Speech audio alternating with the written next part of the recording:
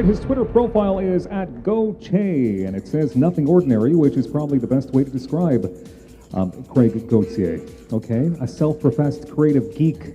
He wears many hats as an entrepreneur, filmmaker, author, speaker. Now, the past 2 decades, get this, Craig has traveled over 1 million miles. Yeah, nothing ordinary, right? Speaking and consulting for various celebrities, athletes, and organizations on the topics of branding, performance, communication, and leadership.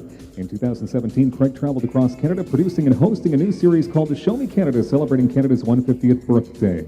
With an extensive reach on social media, make sure to tweet at him this evening. I think he's got over 60,000 people on there or something at Gauthier, Gochay. Ladies and gentlemen, from Show Me Canada 150, this is Craig Gauthier. Craig.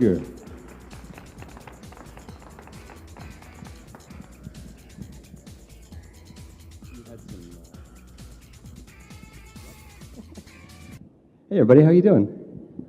I'm going to take off my jacket. I know I have 10 minutes, and I know everybody's excited to get home and beat the snow and rain or whatever. Bear with me here.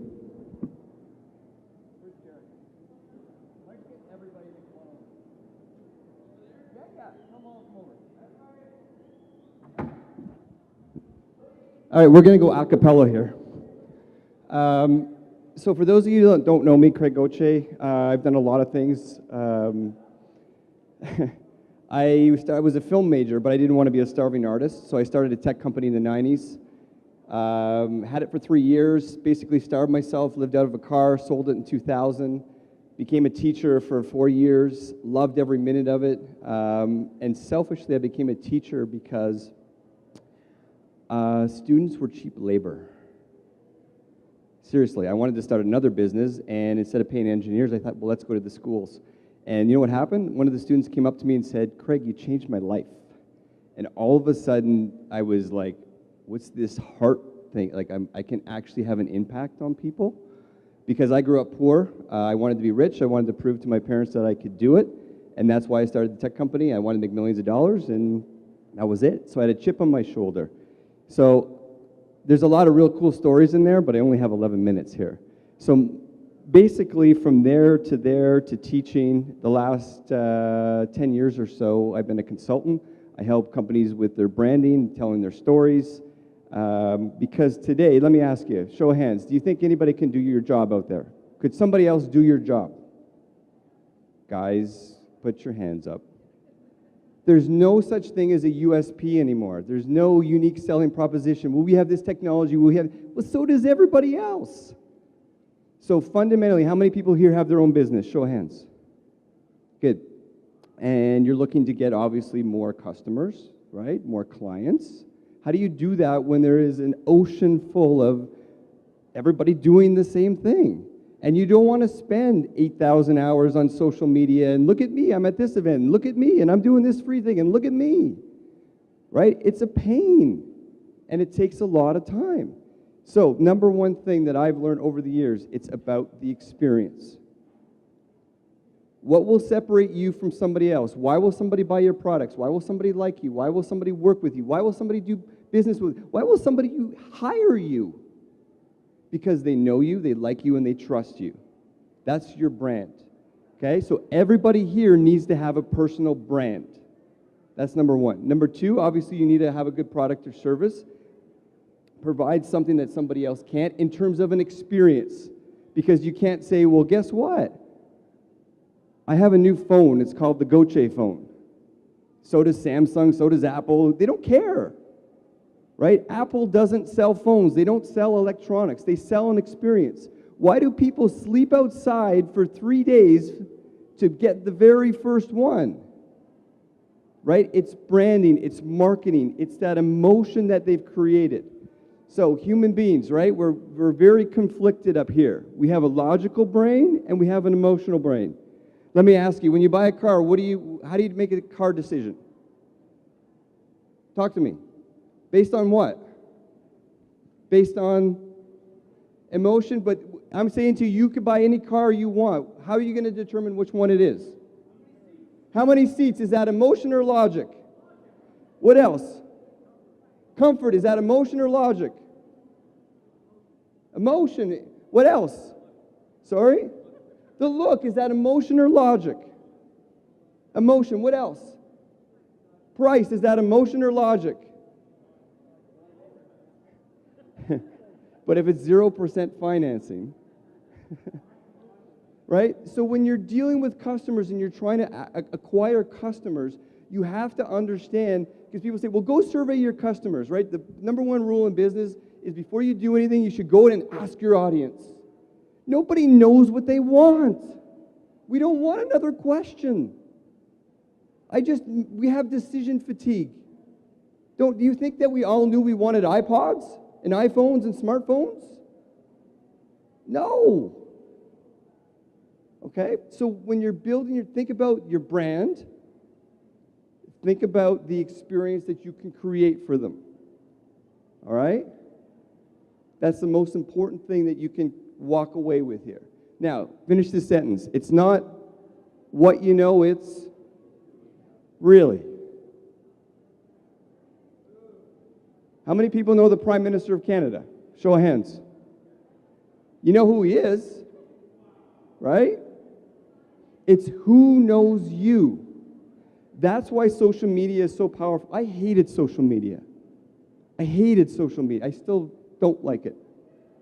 It went from a hate to a don't like. And my wife said, well, you got to be on social media. I'm like, I created this entrepreneurial guide. I thought it was amazing, all the screw-ups that I had. I said, I'm going to save people millions of dollars in pain that I went through. Do you know how many people downloaded it? 1. And my wife still won't admit it was her. But yet, I have a picture of me flying to Tokyo, and I'm like, oh, first class, I'm eating sushi. Do you know how many people replied to that? 350. So how do you show the sushi but give them the guide? Right? How people will we know we should eat the salad, but we want the pizza. So what you have to do is you have to figure out how to sell the want and provide the need. Because people will only buy what they want. The really disciplined people will sometimes do the need. Okay? It's just like a gym buddy. So let's open up questions. Here's my question to you. What is your biggest pain point in starting, establishing, growing your business? Talk to me. What do you want to know? I've worked with celebrities. I've worked with athletes. I've worked with Fortune 500 companies. I've worked with probably 350 out of the 500 top Fortune 5 in the world. And everybody has their problems. Somebody said something, scale? How do you scale it? Okay, at what point are you at right now? Because there is a tipping point in business where the reality of it is you need money in the bank to fund that growth. There's just no way around it. You get to a point where everything is going good and then you're like, okay, we have to grow. But to grow, you need money. So how do you scale something? Give me an example. From what to what?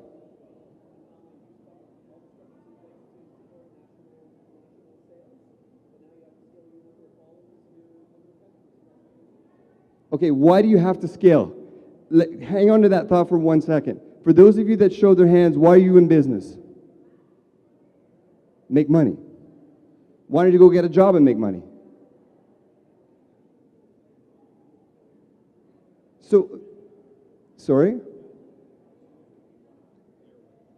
You do, but in business, you know how hard it is. There's a fallacy that says, follow your passions, follow your dreams. Dreaming is easy because it's up here and I can see it, I can visualize it, but the application. When I started my business, I went to the bank and basically had a napkin. It was actually a one-pager, but it sounds better for Hollywood if it was a napkin.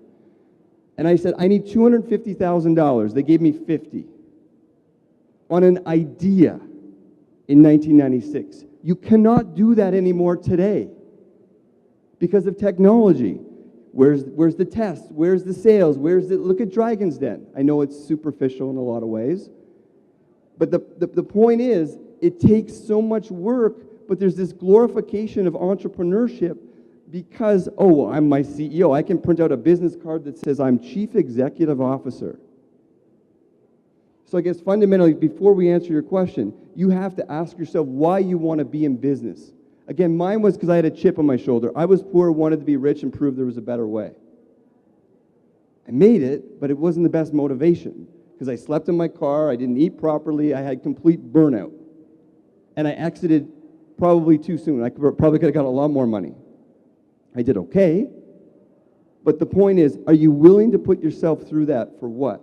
If it's just a paycheck, go find somebody else who's doing something. And if you love a company or a brand, work with them, partner with them. That's what athletes are doing. I work with a lot of athletes on that. How do we find brand partners to actually get them to endorse their stuff and help them build out their brand? Okay, so back to your question about scaling. How do we take it from point A to B? So I say, why do you scale? Because it's a franchising model, right? Don't have one Tim Hortons, you have 20. That's how you become a multimillionaire. Because one, the margins are so slim right now, you're not going to make a living out of it. You might as well work somewhere else. So with the online world, here's what I'll say with regards to that question. And I'm happy to stay and take questions because I know Dylan's he's going to quietly go up here, and then he's going to stand there, and then I'm going to get the hook. Okay? But I'm happy to stick around and chat with you about how you do that. Here's the point. The point is, depending on what phase you're in, whether you're a startup, whether you're in growth, whether you're in scale, it's going to determine what you're going to do. First, ask the question is, why do you want to get to the next level? Now, I run a consultancy right now, and I am lean and mean. We have about 200 partners around, but I have 3 employees. That's it. My first business, I got up to 50. So when you talk about growth, is it growth from an employee perspective? Is it growth from a development perspective? A lot of things you can do online, unfortunately, which replaces human jobs, or it transitions them into a different type of job. Right? The workplace is changing. Robots are coming. They're coming.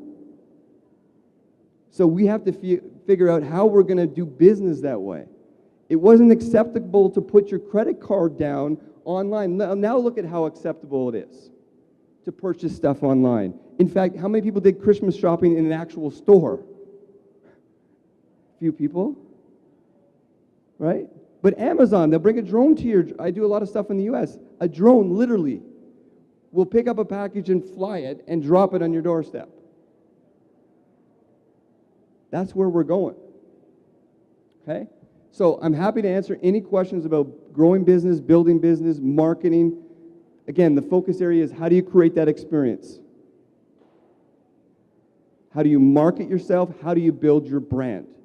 Those are fundamentally the most important pieces. Now, I don't want to discount the product because you need a good product. Because if you have all that in place, but you have a crappy product, guess what's going to happen? People will come and then they will go. So I don't want to say that, you can have a crappy product if all these other things are in place, because you can't. But that's a given. But you can have the greatest product in the world, and if nobody knows about it, guess where it's going to go? Nowhere. Okay? So thank you for your time. I wish I had more, but happy to do Q&A. Just come and talk to me, and we'll talk about business and growing and marketing and stuff like that. Thank you.